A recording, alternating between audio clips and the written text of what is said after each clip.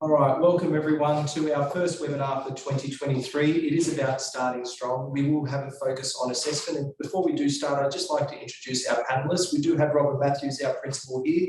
We do have Ashwin Ashok, our head teacher of mathematics. We also have Renee Lane, our deputy principal, and we also have Jodie Kelso, who is filling our role of teaching and learning. Before we do begin, I will just project a presentation, and Robin, I will hand over to you now for the acknowledgement of country. Thanks very much, Chris. Well, welcome everybody. And at Inner Sydney High School, we would like to acknowledge and pay respect to the Gadigal people of the Eora Nation. We acknowledge the connection with the land, nature and each other. We acknowledge that our school is built on what was, is and always will be Gadigal land. Well, thank you so much for joining us this afternoon. Apologies for the slight delay. It is our first webinar for the year, and we actually have 3 webinars to deliver this week, so it's an exciting time for us at Inner Sydney High School. So look, the purpose of this webinar is about starting strong at Inner Sydney, and it is really important that this is really relevant to all of our students and families at Inner Sydney High School. So what we're going to cover this afternoon is about assessment, it's about attendance, it's about our high potential and gifted education. And it's also a bit of a spotlight on mathematics, because I know Ashwin is very keen to share our great news about mathematics at Inner Sydney. But really, what does starting strong mean? Well, it's kind of getting the little things right. It's about being prepared for learning. It's about bringing the laptop fully charged with the correct books and equipment for each learning session. It's about having that growth mindset where you really are ready to learn every day, because to do that, it's about maximising opportunities and also fulfilling your own personal success. It's about respect for learning. That's learning for yourself. It's also for others in that learning space, and also, of course, for your teacher. And wearing the correct uniform, it's about setting the right tone for learning. It's about getting that correct growth mindset in order to be prepared for the day ahead. And to do that, it's about being on time. It's really important to get the little things right, as I said earlier. It's about being on time for school and each learning session. And of course, I'm sure all of you as parents would agree, our invisible phone policy. That means we do not want to see mobile phones used within the school day. And that's for the well-being for our students, because we also want to see our students making valuable connections with each other and also making the most of the opportunities here at Inner Sydney High School. So to start the afternoon off, I'm going to hand over to Renee, who's going to talk through about some of the changes to assessment, but it's also really relevant for our Year 7 families here this afternoon. Over to you, Renee. Thank you, Robin. So for Year 7 and our parents of our new students, this will all be new for you, but we have made some quite significant changes to our assessment policy this year. So we are formalising a number of our procedures.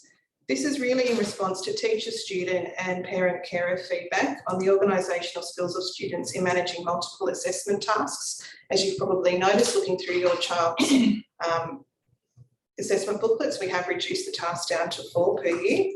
Also the visibility of assessment tasks, you'll notice the students will start coming home with notifications that you'll have to be able to work through with your child, and also making sure there's consistency of the delivery of tasks across subjects as well. So all the information is located in the same kind of locations.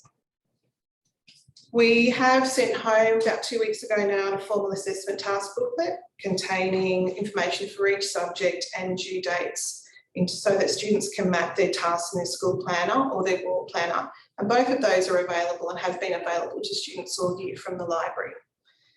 Students have been issued with this particular booklet, and you can also, as parents and carers, access it on the Central Parent Portal in PDF format as well. We have changed our language. We have gone from the term checkpoint to assessment task, just so when we get through to stage 6, the language is consistent through from Year 7 through to Year 12.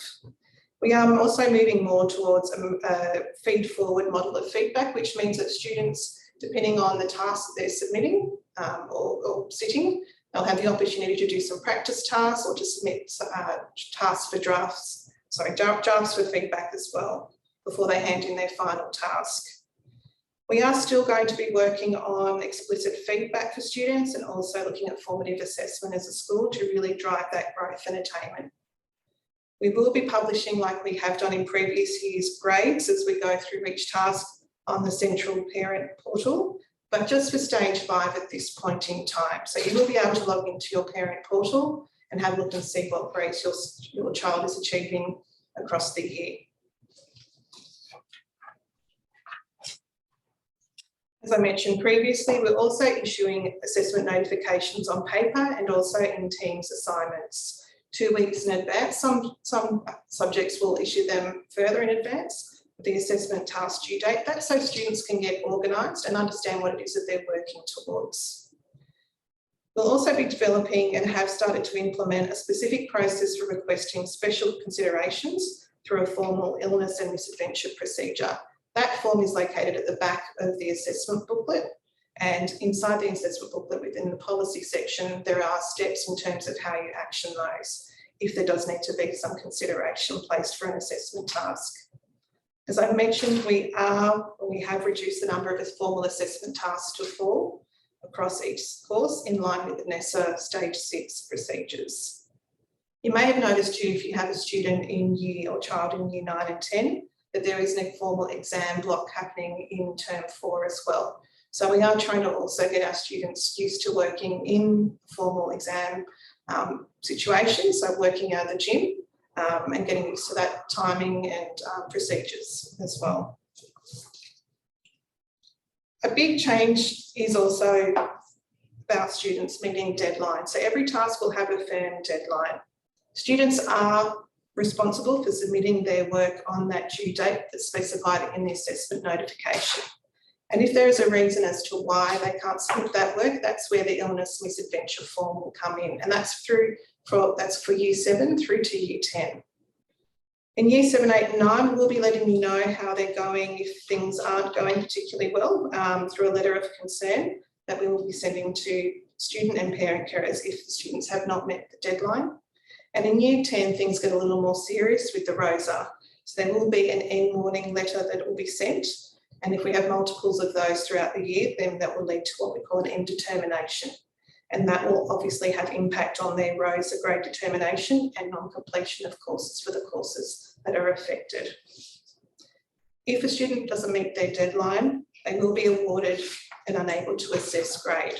So students are still expected to hand in all of their tasks and they will get feedback so they can apply that feedback and still understand how their learning has progressed, but they won't be getting that grade. We are also working towards having a year 7 progress report, which will be issued at the end of this term, so our year 7 parents will understand how their student, how their child is tracking as well. If we're thinking about the tools for success, the school has invested quite a lot of time into creating our own school diary. So all of year 7 have received that, and most students have taken that on as an optional extra as well. So they are available in the school library if they'd like to come and collect one. A lot of students have, which is great to see. And we also have some A3 school planners, so term by term, so they can put them up in their bedrooms, write down when their tasks are due, and it's a very visible assistance for learning how to organise themselves, but also to help keep them on track as well with when things are actually due. The other thing we've invested a lot of time into this year is having our external group Elevate come in and run particular sessions for each of our year groups, and some of these have already started. So with year 7, their focus this year will be on a session on study skills kickstart. With year 8, their focus, they'll be doing 2 sessions, one on study skills kickstart, but also time management. Year 9's focus will be on time management and memory mnemonics. So how do you actually remember key facts and dates and so forth for perhaps more in-class tasks. And year 10's focus will be on study sensei, so how to actually study as a more senior student, and also looking at time management as well. So some of these have actually started. We do have a year 9 one this week, and there's also a whole range of webinars that parents can access through Elevate as well, and I understand that information has been sent out to families. We also have our Learning Hub each Monday and Wednesday. So we traditionally had it on a Wednesday afternoon, but we are opening up on Mondays. So that provides opportunity for students to work with quite a large range of teachers across KLAs on their prep, revising for tasks, just going through classwork, and we have a lot of students that take up that opportunity as well. That's in our library from 3:10 to 4:30 p.m. each Monday and Wednesday. You don't need to sign up for that. You basically turn up and then Year 6, the subject teacher that the students need support with. We're also having a focus on prep this year. You've probably noticed that your children are coming home with a lot of prep. So that's also a part of them being prepared for the tasks and the assessment tasks they have ahead of them. So with notifications, it's just a little bit of a visual cue there. So we have had, I know I've seen quite a few in print of our assessment notifications. You'll notice that they're all quite standardised across all of our different subjects, giving you the information in terms of when things are due and what the expectations are for the task, and the marking rubric as well. We also have the assessment booklets that have gone home. And again, if you haven't received one, the students can pick them up in the library, but they are also posted in the Parent Central portal in PDF version for you to have a look at.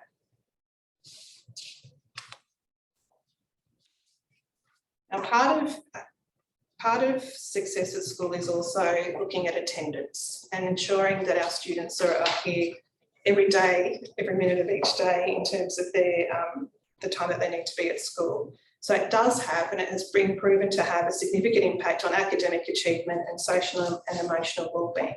And if you have a little bit of a look at the table at the bottom, which has come from the Department of Education, you can see just how much even just 1 day per fortnight can actually equate to in terms of lost learning time over the course of a student's school life. So we are really trying to emphasise that students are at school on time and that they're productive within the time that they're at school. It also has a lot of benefits, such as developing that sense of belonging and also keeping up with their friends, making sure that they're progressing with their learning, and making sure that they're more engaged at school as well. We are focusing on a couple of key areas this year as well. So we're looking at when people are putting in requests for extended leave, we are just making sure people are aware of what assessment tasks might be due at that time, and just asking families. We know that COVID has thrown a bit of a spanner in the works with family overseas, but trying, if we can, to make those holidays in holiday time so our students are at school as much as possible. We are looking at consistent absenteeism, and we do have our school homeschool liaison to work with us on that. And we also have a big support network within the school as well. Sorry, just went blank for a moment. Late arrivals as well. It's really important that students are here before 8:50 a.m. We do close the gate and we do ask them to receive a late note if they are late. We have noticed that there has been more students that have been late, and we are quite concerned. So we really need to work together to make sure that those alarms are set early enough, that students are getting here on time and not missing valuable minutes of learning. Early leavers process, if your child does need to leave for an appointment or something along those lines, again, we need to be notified in the morning before school starts so that we can actually make sure those arrangements are approved by an executive member. And we are also looking at truancy as well, and making sure that our students are safe and in their learning spaces, and that their wellbeing and also their academic success is being is achieved the best we possibly can achieve with them. I'm going to pass over now to Jodie Kelso, who is in charge of high potential and gifted education. Okay, so I'm very excited to have moved into this role this year. At the end of last year, Miss Lane actually set up the establishment of the 2 advanced English classes in both years 9 and 10, which was based on data from NAPLAN, VESTA and school-based assessment data. The English classes will be reviewed after the first assessment task in both year groups to make sure that students in those classes are achieving at the level that is expected. The rest of the classes across the school are all mixed ability, except for in mathematics, year 9 and 10, because that is streamed according to the syllabus guidelines and the level of mathematics that they are currently studying. Thank you. So in the past fortnight, I've managed to establish a team representing all faculties to work with our high potential and gifted students. So that comprises of myself, Miss Lamar from English, Miss Donahue from HISI, Mr. Zhang from Mathematics, Miss Bauman from Science and Mr. Paul from PDHPE, and we're currently awaiting on the name for the CAPA representative. Our next steps moving forward is to conduct an analysis of a staff survey to determine baseline data of how we actually are supporting our high potential and gifted students in the school currently, and then also developing some systems and processes for identifying our students, both at enrolment as well as our existing students that we have in the school, and ensuring that we're offering opportunities for those students to enrich the curriculum, as well as curriculum differentiation and prep from all subjects. Okay, so I'm here to present mathematics as a faculty example of how all of these starting strong principles look like. I'm going to try and keep it as visual as possible to try and help everyone understand it as efficiently as possible. So just to go back to certain points, like for instance, attendance. Renee mentioned about how much time gets lost. Mathematics is one of those subjects where prior knowledge is constantly built on in subsequent lessons. And as you can see, stage 4 is foundation for stage 5, which is foundation for stage 6. So if students are not present and if they are missing out on valuable class time, that means that there are gaps in their knowledge, and it's only going to keep compounding if it's not being addressed at an earliest possible time. So as a mathematics teacher and as a mathematics head teacher, I can't emphasize enough the importance of attendance and physically being in class to learn every single lesson.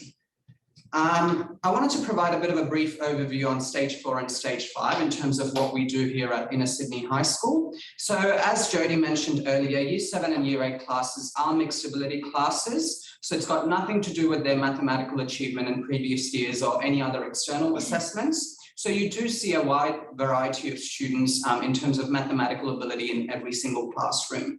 So what teachers do is that they have differentiated work for all students, and they also differentiate in terms of the instructions so that every single student is basically supported to go from their current level of understanding to make progress forward. Now, stage 5, however, is a little bit different. If you have a child in Year 9 or Year 10, you would have actually seen a graphic similar to that in the Mathematics Pathways presentation, which goes to show you that mathematics in stage 5 is a bit of a continuum. We want to try and take all of our students as far right as possible. And in order to aid us with that, we've actually got the different pathways that we offer in Year 9 and Year 10. So at the end of Year 8, myself and my team, we sit down and we closely look at every student's assessment data, including external assessments such as Best Start, NAPLAN, teacher feedback, work ethic, etc., to try and place students into one of those 3 different pathways. So the pathways we have are Express pathway for students who have excelled through 7 and 8 and they have achieved all of the outcomes. So that's where we see our extension students coming from. The Access All Areas pathways, which is the next one, where we are all about trying to keep the doors open for as long as possible. I'm sure many of you would agree that mathematics is very important for studying STEM-based degrees at university. So that Access All Areas pathway is focusing on trying to keep the doors open for those students who are interested in that. And of course, the Numerate Citizen pathway is there to support students who have missed out on vital learning and they have developed some significant gaps in stage 4, and we're helping them to basically address that and move forward as much into the stage 5 pathway as possible. Now, there are some slight differences this year. Sorry, Chris, if you just wouldn't mind going back one. There are some slight differences this year though, and that's happened as a result of Year 9 having maths at the same time, as well as Year 10 having maths at the same time. What that has meant is that rather than just going down those 3 concrete pathways, we've also been able to have an Express/AAA class and also a AAA/Numerate Citizen class. So that's again about that having high expectations for students and students who might have just missed out on the higher level, giving them one more opportunity to get a bit of an exposure to that higher level content. And with regards to Year 10, we have gone ahead with an Express/AAA class, but we are not doing a AAA/Numerate Citizen class because as a faculty, when we sat down and analysed the data, we did not see the need for it. We could see that the Numerate Citizen class was sufficient and there was a clear-cut distinction between the AAA and Numerate Citizen classes. Across all of these classes, regardless of stage 4 or stage 5, there are a few things that are going to be similar, and that's what I've tried to put around the outsides. First thing is prep. every single maths teacher is assigning prep at least once a week. And some of them are doing it through MathSpace, or they are assigning the Your Turn questions that are incomplete. If you actually have a look at your child's OneNote, it will actually provide clear instructions about what students are supposed to be doing and when it is due. MathSpace is actually a very useful tool for us in that regard, and we're actually looking at ways to maximize our use with MathSpace. Last week, I had a discussion with Robin about how we can actually bring in parents as vital stakeholders into MathSpace by making sure that you are informed about what is happening with regards to your child's learning in MathSpace and how we can keep you updated with prep. So that's a bit of an exciting space to keep your eyes out for. With regards to assessment, Year 7, every student has the same assessment. Year 8, every student has the same assessment. However, when we are looking at stage 5, we are actually looking at separate assessments for each of the pathways and also separate reports for each of the 3 different pathways, indicating how successfully the child has demonstrated outcomes. Those grade classes that I've written, Express/AAA and AAA/Numerated Citizen, we're trying to figure out how to make that happen. Your child has already had an assessment if they are in Year 9 or Year 8, so some of the processes that were discussed, they should be a bit clearer for you. And of course, on the right-hand side, we're looking at what are the different things we do to support and extend our students. So from a HPGE or enrichment perspective, of course, students have the differentiated work in class, but they've also got Maths Explorers available as an extracurricular activity. There's a wide variety of competitions that we run, CAT, AMC, and Maths Challenge that's available for students.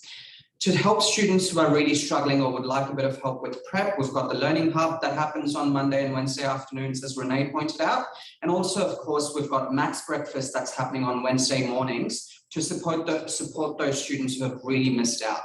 Okay, so there's a lot, and hopefully that gave you a bit of a context to try and help you understand the Strong Start principles. Thank you. All right, thank you, Ashton. Thank you, Robin, Renee, and Jody. Obviously, just a little bit of housekeeping too. There might be some questions that do pop up as a result of the presentation, whether it be about high performance in gifted education or about our assessment structures or even about our mathematics pathways. So what we will do now is we will just dive into some of those live Q&As. We will either answer them here live or we will take them on notice. So please feel free to add some of those. The one thing that we also do ask is if you are able to adjust your settings to make sure that we've spoken and respond to your query correctly, if you can just put your name there, it gives us a little bit of context as to your child and where the question would be coming from. But what we do have is we do have a question here. So from anonymous attendee, would it be possible for teachers to give more important instructions to students about homework and assessment at the beginning of class time rather than at the end? My daughter has commented on this information is coming at the end of the class, not all but some, which means it gets missed. So that's an interesting question. I think, Ashwin, you spoke a little bit about the math structure. I know that I also have an opportunity to teach maths too. Do you want to maybe take it through what it looks like? Yeah, absolutely. So with regards to mathematics, I know that teachers are actually putting out posts on Microsoft Teams and OneNote so that even if a student is away or they miss that vital instruction at the end of the lesson, they can always go back there and have a look to see that they are actually getting that instruction. And of course, if we are assigning work on an online system like MathSpace, what happens is that it actually sends an email to students indicating when that work is due as well. With regards to assessment tasks, of course, we actually send out through assignments. So it sends them an alert saying that you have actually got an assignment or assessment task that has been scheduled, and then they can click on it to get some more information. All right, I hope that answered your question, Anonymous. Thank you, Sarah, for your question. And this is in regards to your child in Year 10. At the time when your child is sick, what is the best way for them to catch up? So what we'll do is we might do it a bit across the panel, if that's okay. We might start over with Renee, because I know obviously the process. Let's focus on assessment for a moment and just what we need to do in regards to that. And then we might look at it more in terms of class, day-to-day classwork.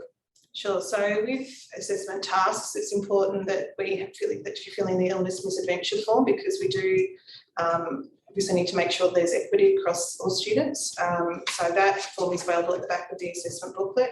But also part of that is the explanation as to why the child is away. If it is sick, we do suggest heavily that you obtain a medical certificate just to make sure that which explains what is actually happening, just so that the head teachers, when they have a look at your illness misadventure, can make the best possible recommendation or the best put forth the best solution in terms of whether it be an extension, or there's a whole range of different things that can happen depending on the task.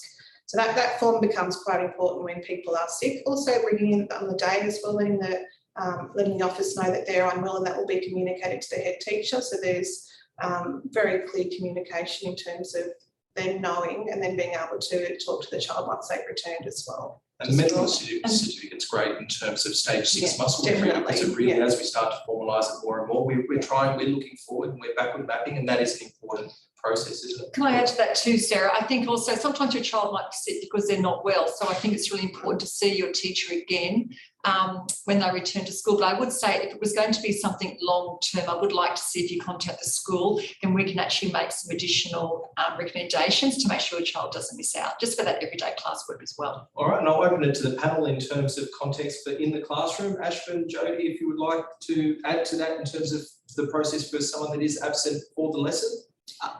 You can go, Jackie. Sometimes it is posted in Teams or the notebook, but because we are doing more of a blended approach to our delivery this year, it might be an in-class lesson, and as Robin said, the student may need to follow up with the classroom teacher the following day to see what work has been missed once they're well enough to catch that up. Yeah, I was just going to say what Jody has mentioned, because in mathematics, I know that every teacher is using OneNote as a bit of a whiteboard, so that even if they're away, they can see the exact same examples and quick questions, and they are still able to catch up. And I do also suggest with some of my students too, that we do have Learning Hub. It's a great opportunity to, if the explanation is needed, in particular mathematics as an example, Learning Hub is a great opportunity. You do not need to be there for the entirety of the time. It might be just long enough, the 30 minutes, that you get a couple of those concepts explained. But it is really important. I know that a lot of students know the structure in terms of what needs to be put down in their books or in their OneNote and answered. And so it's probably also a conversation just at home with your child, just to see what they have actually done proactively to catch up on that work, because like we said, it does build the foundations moving forward. There's also a range of teachers there, Chris, as well, from different subject areas. So it's, even though we have focused on maths tonight, there's teachers from a range of different subject areas there to help our students. All right, thank you for your question, Pav. I will throw this one to Renee. Just where can I see the scope and schedule? We also do call it a scope and sequence for what's coming up in maths, or another example. Sure, so the assessment booklet itself has an outline of all the different topics that each student will study in each subject. So that's definitely the starting place. And then you'll also see when tasks have been set to be completed. Now, there is, I guess, a little bit of proviso sometimes in schools. We have events, or we have excursions and those sorts of things. So the assessment notification will always give the exact date. So we do always try to stay true to the weeks that we put in, but they are done a year in advance. So we just need to always go back to our assessment notification, which is always the most current piece of advice there. But definitely in the back of that assessment booklet, there's also a week-by-week breakdown of when each task is due as well. Thank you, Renee. Now, from Anonymous, and I might grab this one because it's an interesting one that I've actually dealt with at a deputy level. My child is in year 7, seems to be coming home every day having already completed his homework. Is that expected? How can we confirm he is completing his homework? All right, so first step, it is a great opportunity for your child to showcase the work. Get them to open up their books, get them to open up their OneNote, get them to open up their Teams. If they navigate that, ask them what is something that they're really proud of that they've achieved. But as you start to sort of dive a little bit deeper, I think you'll find, and this has been in my experience almost every single time, that there might be elements that have still been missed. Now, I know Ashwin gave an example of your turn in terms of mathematics. That can also be set as prep work. There is also extension work given in that space there. On top of that, there is also math space as an example in terms of prep work there. If you feel that you are still a little bit in the dark, that's where I suggest that you do one of two things. Either reach out to the school and through the lead mentor, through the deputy principal of the year group, or through another person that is a support to your child. It might be worthwhile either doing a progress report or indeed actually sitting down on site and doing it collectively, because as you start to familiarise yourself with OneNote, with Teams, with all the different applications that students have access to, as well as genuinely the bookwork, having a look at dates, having a look at different things there, you start to build a bit of a pattern and see what is actually due.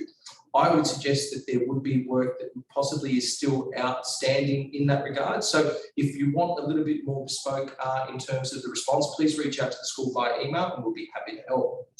Another question from Lachlan Reed, Year 7 for another student. Should assessment tasks be done in class or at home or both? We'll hand over to Renee in the first instance, and then we'll obviously answer it as well as a panel. Yeah, it depends on the task is probably the short answer. If they are obviously in-class tasks, then they'll be done during the lesson. I don't think there's anything wrong necessarily with having a bit of a look at the task with your child. So it really it's dependent on the task. If it's a submitted task, they normally will be given some time in class to work on it, so the teacher can make sure that they're heading in the right direction. And some of those tasks will require them to actually work on them at home as well. So really it does depend on the task itself. All right, thank you. And Renee, obviously might sort of hand this one to you too, just in terms of from Kim, just is it possible to provide students with more than 2 weeks notice of assignments? And I think this is going to be an example of where a scope and sequence in the assessment booklet is really useful. Perhaps even at the beginning of each term, so that students can pace themselves with assessment for other subjects and with other extracurricular commitments. I think 2 weeks is not sufficient time, and there is a number of subjects giving out assessments at the same time. This way they can plan ahead to meet their deadlines. So I think we have been following, I guess, what happens in stage 6, and there is that requirement for a minimum of 2 weeks. You'll find as the year goes on, I think, because our staff are also refamiliarising themselves with this structure, that things may become a little bit earlier. But at this point in time, you can also have a look at the back of each assessment booklet, where students can project and say, okay, in week 10, I know that I've got 3 tasks due. So I can actually start planning ahead. And I think fairly early on in the unit of work, and I come from an English drama background, the teacher would have conveyed to the students where they're actually hitting in the unit of work. So at this point, we are going to be saying the two weeks minimum, but you might find that things shift as we go through the year. But you do have that compilation of when tasks are due right in the back of the each assessment booklet for each year group. And I think it's important to sort of look at, as an executive, we all do actually go and revisit that in terms of where assessment tasks do sit. We do negotiate with other faculties as well, and we move them where we can. If you do see that there are a few coming up, it's probably because there are concepts that are getting covered within that week, and obviously it is necessary for it to be there. But where there is the flexibility, absolutely we do look to sort of plan it out so that students have them coming in at different times. Just something from Anonymous, and look, no apologies needed, just joining late the webinar. We actually started the webinar a little bit late as well ourselves. It will be posted, so you will receive a link. It will also be hosted on our YouTube channel, so rest assured you will be able to get all the answers there. Probably a follow-up question, and this is where that anonymous and names, if we do have that ability, we can differentiate, but I'm just wondering if it's a follow-up question about OneNote, Teams and Notebook, because your child's telling you that they do not have homework. OneNote is an application hosted in their device. Teams is basically the interface that we use for students to be able to access. Think of it as like a classroom space, but it's in an online version. And the notebook we would be referring to is actual the books and the handwritten stuff that we do there. So what I think needs to happen in that instance is maybe just reach out to the school, depending on where your child is in the situation. We will be able to help you a little bit more with specific information for your child. Just another one from Anonymous in terms of a letter of concern, Renee. If a letter of concern is sent home, so I'm assuming that this is now 7 through to 9, because that is our process for 7 through to 9, it would be an N award for year 10. For example, not handing in an assessment, should we still get our child to complete the assessment? Will they still get a mark if they hand something in? What happens if they do not hand in anything? What do you want parents to do if we receive such a letter? I think that's a great question. Sure, so there's multiple parts to that one. So definitely the expectation is the students still complete the task. The teachers will still look at the task. They will give that feedback. But we do need to train our students to think, to make sure that they're meeting their deadline. So if this was to happen in stage 6, it would be exactly the same consequence. So we've decided to take this approach, just say right from year 7, we have these high expectations and students are very much getting to that habit of making sure they meet their deadlines. So if they're meeting their deadlines, there's no letters, there's no kind of worry there at all. If they don't hand anything in, then obviously there's no feedback that's been able to be given by the teacher. Where it does become more impactful is year 10, because with the end warning letters and that process, we need to obviously make sure that they're completing at least 50% of the course to actually get their grades. But that's sort of thing that we'll go through later on. in a different webinar. If you receive a letter, really the letter is just a point of a great way for you to have that conversation with your child. So, you know, I've got this sort of what's gone on, maybe putting some organisational strategies in place to assist them to make, to meet further future deadlines. So it's a bit of a, I guess it's we don't necessarily see it as a negative, we just see it as a communication tool to say to you that if the child hasn't met the deadline this time, what can we do as a team to help them, whether it be organisation or perhaps asking questions earlier, that sort of thing. All right, now just a question, probably Jodie, just in terms of HPGE, just in terms of, and I'll, Susanna, some of it has already been answered, but I'll just go to the point about in terms of finding it difficult to engage your child with extension work and what do we suggest in that regard. And I think that's an important part because you're mentioning that your child has probably completed all the work that needs to happen and you feel that it could potentially be a little bit more. Can we just sort of cover off in terms of extension work and what we sort of suggest and how to encourage students to access that? Lots of faculties are actually including extension work in their lessons that's available for students to opt in. Motivation is obviously for teenagers sometimes something that we all struggle with. However, we're also under the HPG umbrella looking at students that perhaps are underperforming and the reasons behind that as well. So I'm not sure whether that is the situation here.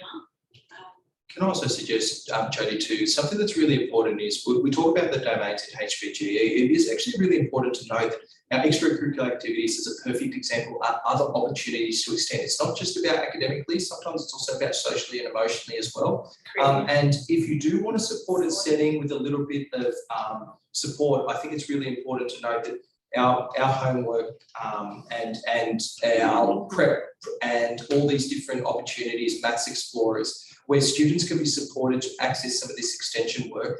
These are the spaces to do it, in particular the Learning Hub on Mondays and Wednesdays, but also I can tell you now, you will not find a teacher here that is not willing to give just that extra little bit to support your child, but it is about accessing it. I think it's really important.